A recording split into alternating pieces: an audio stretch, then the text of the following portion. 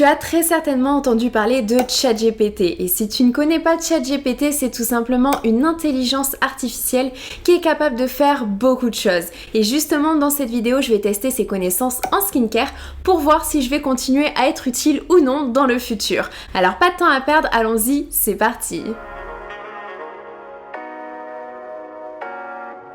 Hey, salut à toi et bienvenue dans cette nouvelle vidéo. Si tu ne me connais pas, je suis Bérangère, ingénieure chimiste spécialisée en cosmétiques. Donc mon but c'est de vulgariser la science des cosmétiques aussi bien sur ma chaîne YouTube que sur mon compte Instagram. Et aujourd'hui dans cette vidéo, on va tester les connaissances en cosmétiques de ChatGPT.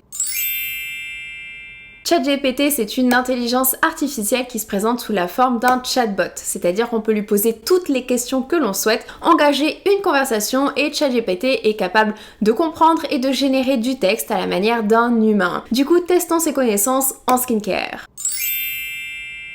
Pour cette première partie, j'ai décidé de le tester sur des questions assez généralistes et assez tournées sur les routines cosmétiques, en lui demandant premièrement de me créer une routine cosmétique adaptée à une peau acnéique. Et il m'a premièrement répondu d'utiliser un nettoyant doux, non agressif, matin et soir, et de privilégier un nettoyant qui contient de l'acide salicylique. Et je suis absolument d'accord avec cela. C'est primordial d'avoir un nettoyant qui est efficace mais qui est aussi très doux, qui ne va pas abîmer, qui ne va pas altérer la barrière cutanée puisque cela pourrait aggraver les inflammations et les rougeurs. Donc c'est très important d'avoir un nettoyant qui reste doux. Deuxièmement, les études scientifiques ont effectivement montré que pour une peau à tendance acnéique, donc pour une peau qui présente des imperfections, il est préférable bien souvent d'utiliser un nettoyant matin et soir, c'est-à-dire 2 fois par jour pour diminuer la présence d'imperfections. Et pour finir, les études ont aussi montré qu'un nettoyant qui contient de l'acide salicylique, qui est un exfoliant,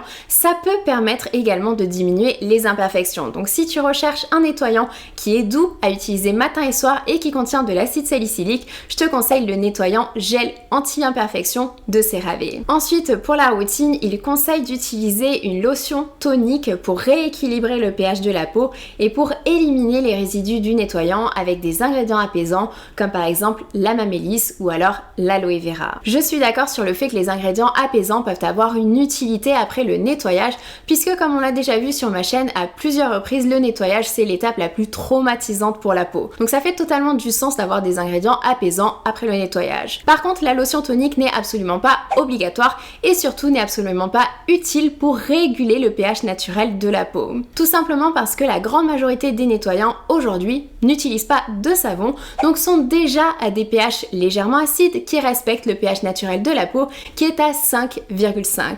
Donc ça ne sert tout simplement à rien de réguler le pH de la peau après le nettoyage. Ensuite, pour la routine, il conseille d'utiliser des traitements ciblés contenant de l'acide salicylique, du peroxyde de benzoïle ou alors l'acide glycolique. Effectivement, ce sont tous des ingrédients qui ont une efficacité scientifiquement reconnue pour diminuer les imperfections. C'est-à-dire qu'on a des données dans la littérature scientifique concernant leur efficacité pour les peaux à tendance acnéique. Par contre, le peroxyde de benzoïle est uniquement sous prescription en France, mais tu peux retrouver l'acide salicylique. Tu as par exemple le sérum de The Ordinary ou encore les exfoliants de Paula's Choice qui sont très bien formulés. Et si tu recherches plutôt l'acide glycolique, dans ces cas-là, je conseille le Night Peeling Sebium de Bioderma.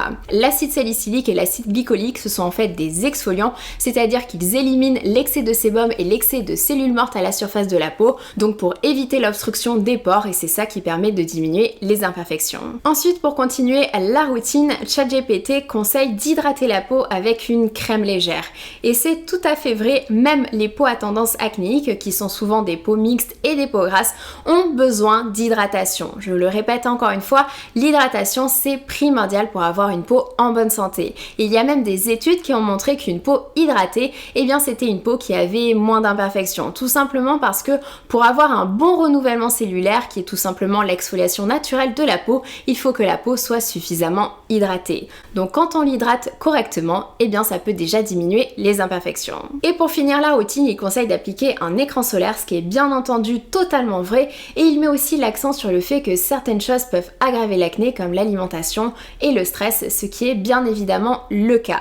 Mais attention à ne pas tout confondre, l'alimentation et le stress ce sont des facteurs aggravants, c'est-à-dire qu'ils peuvent aggraver la présence d'imperfections, mais ils ne sont rarement la cause. Donc en règle générale, ChatGPT donne des réponses qui sont plutôt très correctes, même s'il continue quand même de véhiculer certaines idées sur la cosmétique. Du coup, testons ses connaissances en matière d'anti-âge. Donc je lui ai demandé la même chose, de me constituer une routine cosmétique anti-âge. Et la première information qu'il m'a donnée, c'est que les produits ne seront efficaces que s'ils sont utilisés régulièrement et combinés avec un mode de vie sain. Et je trouve cela premièrement très intéressant puisque c'est une question qui revient extrêmement souvent sur ma chaîne. Les cosmétiques ne fonctionnent pas en une semaine ni en 2 semaines.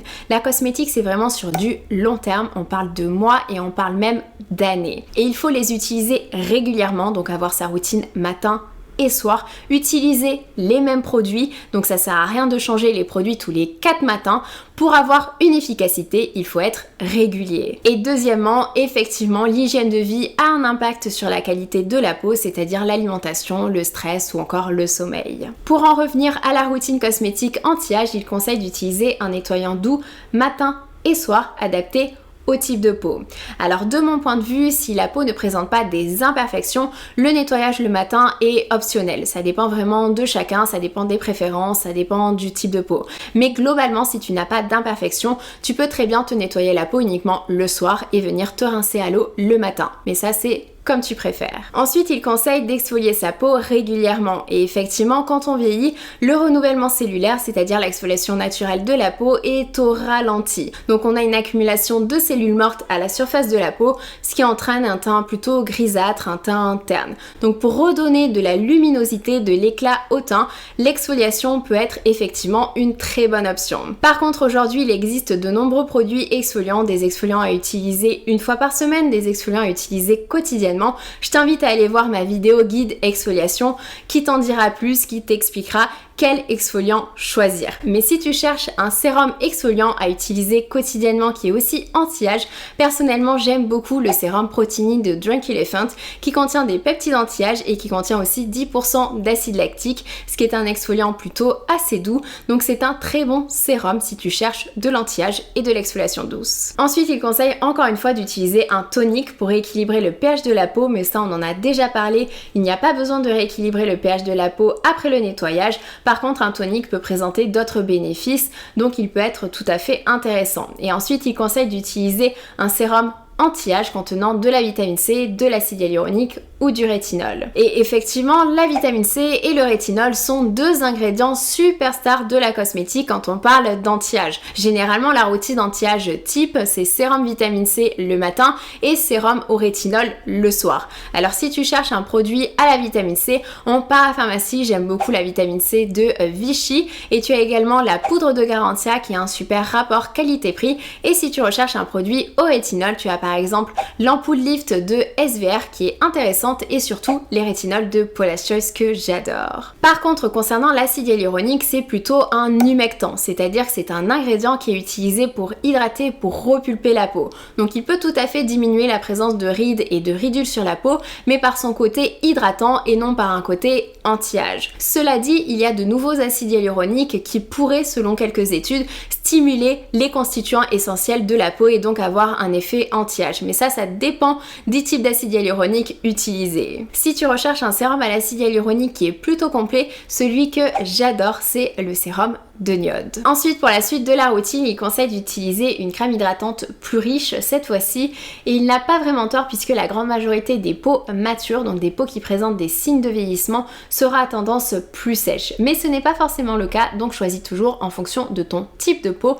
Et pour finir, il conseille encore une fois d'utiliser un écran solaire SPF 30 au minimum, ce qui est bien évidemment essentiel quand on parle d'anti-âge, puisque la cause numéro 1 du vieillissement prématuré de la peau, c'est le soleil. Donc encore une fois, en règle générale, les réponses de ChatGPT sont assez complètes et il s'y connaît très bien en étapes cosmétiques ainsi qu'en ingrédients clés pour avoir de l'efficacité en fonction d'une problématique. Mais testons-le sur des questions un petit peu plus délicates. On va parler des controverses en cosmétique. Ma première question sur les ingrédients controversés en cosmétique porte sur l'utilisation de sulfates. Alors pour rappel, les sulfates ce sont des ingrédients détergents donc qui permettent de nettoyer, qu'on retrouve dans les gels douche ou alors dans les shampoings et ils sont souvent controversés. Donc voici ce qu'il m'a répondu sur l'utilisation des sulfates en cosmétique. Certains sulfates tels que le SLS ou le SLES ont été associés à des irritations de la peau et des yeux ainsi qu'à des réactions allergiques chez certaines personnes. Cela dit, il y a également des opinions en faveur de l'utilisation des sulfates car ils sont très efficaces pour nettoyer la peau et les cheveux en profondeur. En fin de compte, la décision d'utiliser ou non des produits contenant des sulfates dépend de chaque personne. Je suis assez stupéfaite de cette réponse puisque je la trouve quand même assez complète. Effectivement, les sulfates peuvent être potentiellement irritants pour certaines personnes. Mais est-ce qu'ils sont forcément à bannir? Eh bien non, puisqu'il y a d'autres personnes qui vont les trouver très utiles puisque ça permet de nettoyer efficacement. Donc encore une fois, ça dépend tout simplement des personnes. Et je rappelle également qu'aujourd'hui, on est tout à fait capable de faire des formulations avec des sulfates qui sont non irritantes. Du coup, je lui ai posé une autre question sur un autre type d'ingrédient très controversé en cosmétique, les parabènes. Et voici ce qu'il m'a répondu sur l'utilisation des parabènes en cosmétique. Certains rapports ont suggéré que les parabènes peuvent imiter l'action des hormones féminines dans le corps et qu'ils peuvent être liés à certains problèmes de santé tels que des cancers du sein et des déséquilibres hormonaux. Cependant, il est important de noter que les preuves scientifiques ne sont pas concluantes et que les organismes de réglementation tels que la Food and Drug Administration aux États-Unis et l'Agence nationale de sécurité du médicament et des produits de santé en France considèrent les parabènes comme sûrs à des niveaux limités dans les produits de soins personnel. Et c'est un assez bon résumé de la situation je trouve puisque effectivement aujourd'hui il y a des études in vitro, c'est-à-dire réalisées au laboratoire, qui ont montré une faible activité des parabènes sur les récepteurs oestrogènes. Et les résultats in vivo, donc sur des organismes vivants, sont contradictoires. Donc aujourd'hui les parabènes ne sont pas considérés comme des perturbateurs endocriniens puisque aucun effet de perturbation du système endocrinien n'a été confirmé in vivo. Bien entendu, il y a actuellement des études qui sont en cours au niveau européen pour clarifier ce point-là. Mais du coup, j'ai décidé de lui poser une dernière question qui est essentielle à l'approche de l'été. Est-ce que l'utilisation de crème solaire est cancérigène? Et il a répondu que non. Au contraire, les crèmes solaires sont un moyen important de protéger la peau contre les dommages causés par les rayons ultraviolets du soleil qui peuvent entraîner des coups de soleil, des rides précoces et des cancers de la peau. Donc au niveau des controverses en cosmétique, je le trouve encore une fois globalement assez bon, puisqu'il est capable de poser un état des lieux, c'est-à-dire d'indiquer effectivement que cet ingrédient est controversé, d'expliquer pourquoi il est controversé, mais surtout de venir indiquer que derrière il y a des organismes, il y a une réglementation cosmétique qui est là pour s'assurer de la sécurité des ingrédients utilisés de façon à ce qu'il n'y ait pas de risque pour la santé des consommateurs.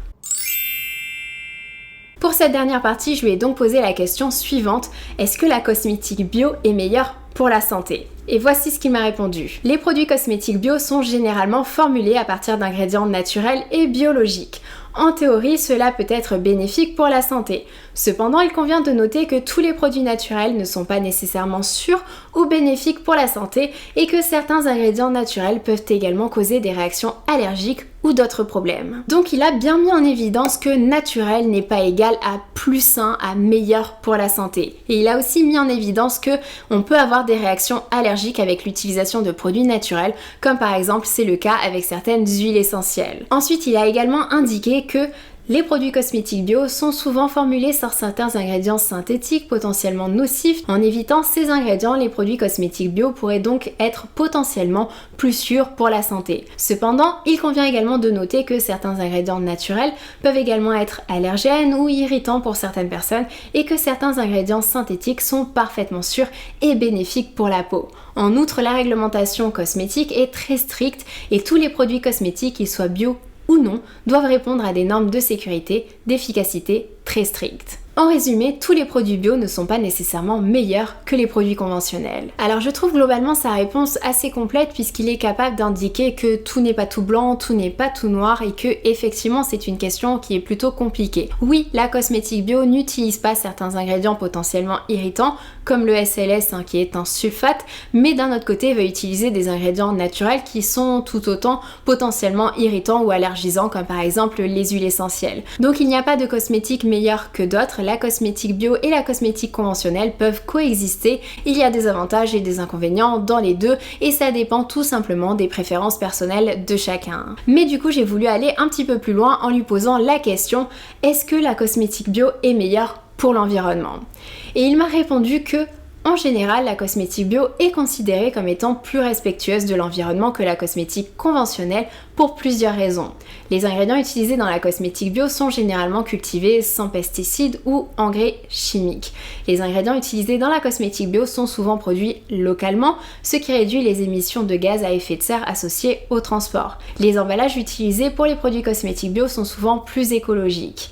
Cependant, il convient de noter que tous les produits cosmétiques bio ne sont pas nécessairement meilleurs pour l'environnement et que certains ingrédients naturels peuvent également avoir un impact environnemental négatif s'ils sont produits de manière intensive. En résumé, la cosmétique bio peut être considérée comme étant plus respectueuse de l'environnement que la cosmétique conventionnelle, mais cela dépend des pratiques de production et des ingrédients utilisés. Encore une fois, je trouve que sa réponse représente bien la complexité des choses, puisque oui, la cosmétique biologique a des choses très intéressantes en ce qui concerne l'environnement, notamment pour les pratiques agricoles, pour le packaging également. Donc il y a effectivement une volonté de faire au mieux pour l'environnement. Mais dans la pratique, quand on regarde les choses, un produit cosmétique bio n'est pas forcément meilleur pour l'environnement que son homologue produit conventionnel. Et ça, il y a quelques exemples qui sont assez flagrants. Par exemple, la vitamine C synthétique est clairement mieux pour l'environnement qu'une vitamine C naturelle obtenue à partir d'extraits botaniques, puisqu'il faut énormément d'extraits botaniques pour avoir la quantité de vitamine C utilisée et efficace en cosmétique. Et c'est pareil pour les parfums. Les parfums synthétiques ont un impact moindre sur l'environnement que les parfums naturels comme les huiles essentielles. Donc c'est toujours quelque chose qui est à prendre au cas par cas. En conclusion, je suis comme tout le monde assez bluffée de la qualité des réponses de ChatGPT, même si il y a quand même certains mythes ou certaines croyances cosmétiques, même si j'aurais aimé peut-être des avis un petit peu plus tranchés plutôt que de rester plutôt assez neutre, mais globalement pour quelqu'un qui n'a pas beaucoup de connaissances en cosmétique, ChatGPT apporte de très bonnes idées. Mais je trouve tout de même que j'ai toujours une certaine utilité. Alors dis-moi si cette vidéo elle t'a plu en commentaire et dis-moi surtout si tu souhaites que je refasse une vidéo de ce style-là avec ChatGPT. N'hésite pas à poser toutes les questions que tu souhaites que je pose à ChatGPT. Je te fais de très gros bisous, surtout prends soin de toi. Ciao!